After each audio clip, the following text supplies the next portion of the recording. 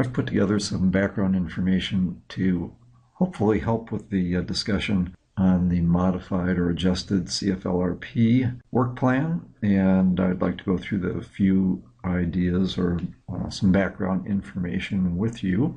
And this builds upon the economic recommendations that the PFC adopted in January. And if you remember that within the recommendations, there is a section that discusses volume deferred, not harvested, and that is one metric for evaluation of the different alternatives. Well, I've taken that concept and used it to evaluate the adjustments to the CFLRP plan, at least in terms of forest products and the contribution of forest products to the project. And it's been almost 6 months since we've looked at this, but one of the points in the recommendations was that volume deferred has a market value and an opportunity cost. In other words, if it's not harvested, it's not only volume, but retained receipts forgone. And I made the argument that that represents an investment by the public. At the project level, it's really a cost, an opportunity cost that ought to be documented. And I think even at the landscape scale of Weiser Little Salmon, it's an opportunity cost that ought to be recognized. And it may be perfectly valid, but it at least, I think the PFC ought to acknowledge that the dollar amount is there and is an important consideration in the design of projects within that landscape. So I'm going to get to this graph in the discussion, but before I do that, let me just talk a little bit about the background for this. If we were dealing with, instead of the Forest Service, a private landowner in the state of Idaho, the State Tax Commission says that any landowner that owns more than 5,000 acres, a private landowner that owns more than 5,000 acres, would be taxed based on a estimate of forest productivity. And this estimate assumes that the private landowner is going to be managing in a way that produces an annual income. At the basis of that annual income is an estimate of productivity based on growth, on forest growth in terms of board feet per acre per year.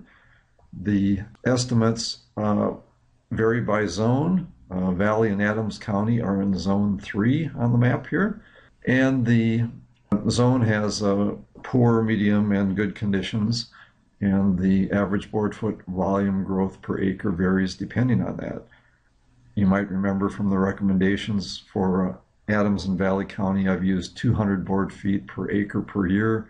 You can see that the medium class in the zone for those counties is 213, so we're roughly I think in the right ballpark.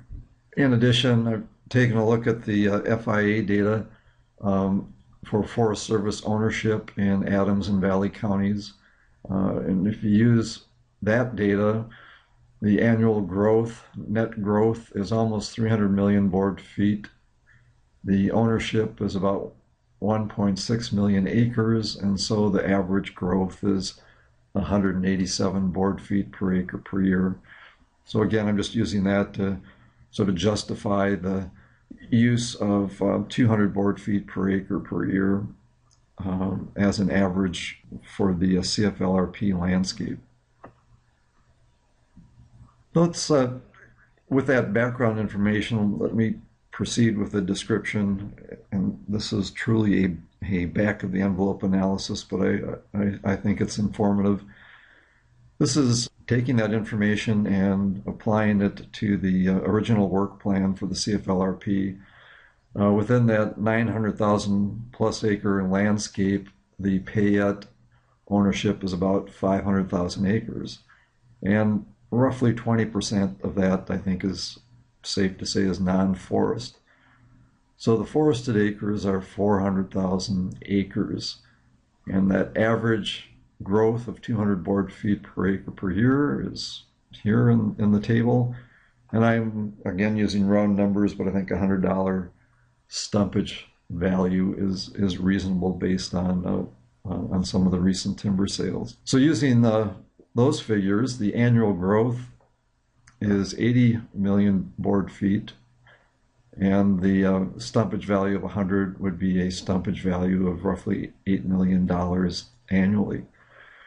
The projected harvest on the graph on the right, the projected harvest in the original work, the projected harvest was 25 million board feet annually out of the total growth of 80 million board feet. So roughly a stumpage value of $2.5 million each year.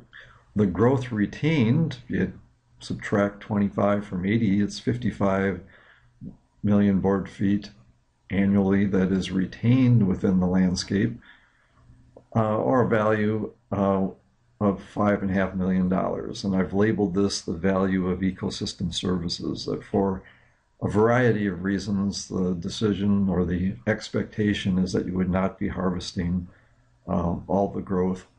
And I'm saying that those other resource values are ecosystem services, and that value foregone each year is $5.5 million. And so the harvest as a percent of growth, the volume harvest as a percent of the total growth in the original plan is 31%. Now, if we take a look at the same approach with the adjusted plan, the acres are still the same, non-forest and forested, and the growth and stumpage values are the same, as is the annual growth and the total stumpage value from that annual growth. The projected harvest has been reduced to 15 million board feet annually, a harvest value of $1.5 million, or roughly $1 million less than the original. And now the growth retained is 65 million board feet annually, or a value of ecosystem services of $6.5 million. So a little bit different way to interpret that change is using this graph, comparing annual growth increment, the harvest amount versus the volume retained. So in this graph, by the way, this is the stop on one of our field trips. The photo is from the overlook looking into Boulder Creek and the plantations there. On the y-axis, the percent growth harvested goes from 0 to 100%. Same thing on the x-axis. This is the percent growth retained.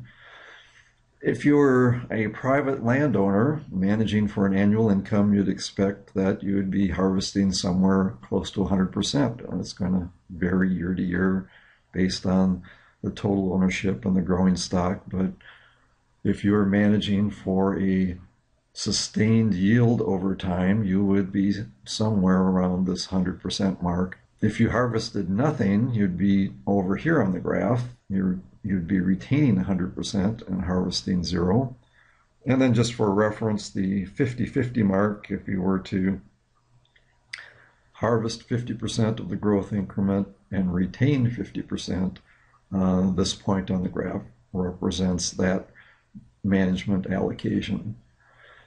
So where are the two plans? The original plan for CFLRP, that was roughly harvesting 30% and retaining 70%. So that's located here on the graph.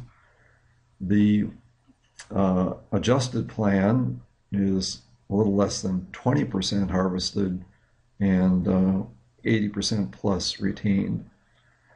Now, of course, the Forest Service is not a private landowner, so you wouldn't expect them to be at 100%. They're going to be moving along somewhere on this line that connects the harvest everything to retain everything. The management direction from the forest plan is going to move it this way, including the management prescription categories. Some of the management prescription categories, the MPCs, are minimizing or reducing the amount that could be harvested in those land areas. So that's going to move this direction. In addition, the regulatory agencies are going to have considerations for the Forest Service that would move it down in this direction. From the perspective of the PFC, we have also moved it down this line, and by focusing on certain PVGs and also emphasizing certain types of treatments, in particular thinnings for commercial harvest being about the high end of intensity, with the exception of some patch cuts. So by limiting activity or being less of a proponent for activities in PVGs 6 and 7, for example, or that has contributed to moving down this direction.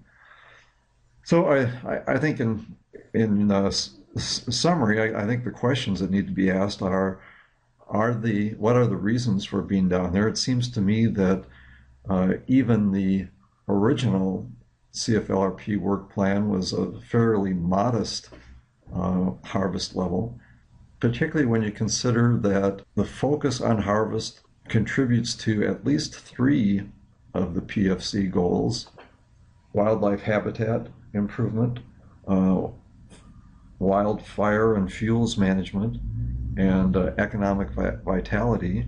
And I think indirectly it's contributing to watershed health through the use of retained receipts in order to help offset costs of other restoration actions. So my point is, I think even at this point on the graph, the harvest level was relatively modest. Moving it down to this level seems to me to be even more conservative, and is instead of accelerating the pace of restoration, I think the question needs to be asked: can we really do something else that would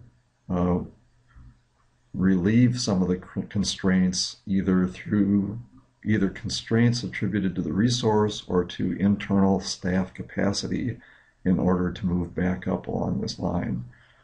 So this isn't an argument to arbitrarily increase the harvest level. It's to look for opportunities where the harvest contributes to the goals, including the goals to generate value from wood products harvested in order to offset other restoration costs. So ponder this background. Let me know if it helps understand some of the issues related to the adjusted plan. And I guess I would add that it may be useful not only to look at this at a landscape level for the Weiser Little Salmon, but also the individual projects. Where do those projects lie along this graph?